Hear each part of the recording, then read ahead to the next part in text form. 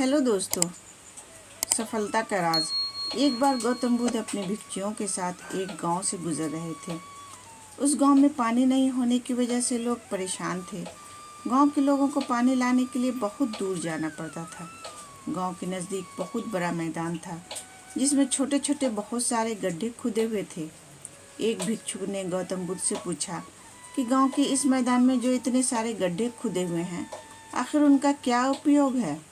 गौतम बुद्ध ने मुस्कुराते हुए अपने भिक्षु को जवाब देते हुए कहा कि प्रिय भिक्षु, इस गांव में पानी की समस्या है, इसलिए गांव वालों ने पानी की खोज में ये छोटे छोटे गड्ढे खोदे हैं।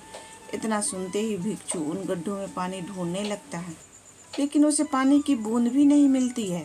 फिर वह गौतम बुद्ध से कहता है कि इन गड्ढों में तो पानी है ही नहीं। गौतम बुद्ध कहते हैं, तुम्हें वहाँ लोगों की भीड़ दिख रही है? वे सभी लोग गांव से दूर एक नदी की ओर पानी लाने के लिए जा रहे हैं। इस पर भिक्षु पूछता है कि क्या इस गांव के ज़मीन में बिल्कुल भी पानी नहीं है? गौतम बुद्ध कहते हैं, पानी तो है, लेकिन गांव में ऐसा कोई नहीं है जो पानी को ढूंढ सके। भिक्षु को बुद्ध की बात समझ में नहीं आती है। तब गौतम बुद्ध कहते हैं, गांव के लोगों ने पानी की खोज में मैदान में इतने सारे तो गड्ढे तो कर दिए हैं, लेकिन उसके बावजूद उन्हें पानी प्राप्त नहीं हुआ। तुम जानते हो ऐसा क्या हुआ? इसका कारण यह है कि समस्या के समाधान के लिए सही जगह परिश्रम नहीं की गई है। यदि गांव के लोग अलग अलग कई गड्ढे करने के बजाय एक गड्ढा ही करते जो कि 100 गड्ढों के बराबर होता, तो इन्हें ज़रूर पानी मिल जाता।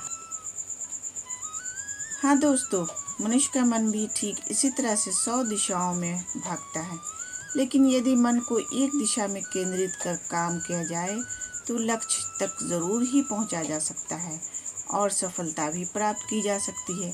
असफलता का कारण है मन का चारों ओर भटकना ही। तो दोस्तों, उम्मीद करती हूँ ये कहानी आपको पसंद आई होगी। इस कहानी पर आपकी क्या राय है, हमें कमेंट करके ज़रूर बताएं।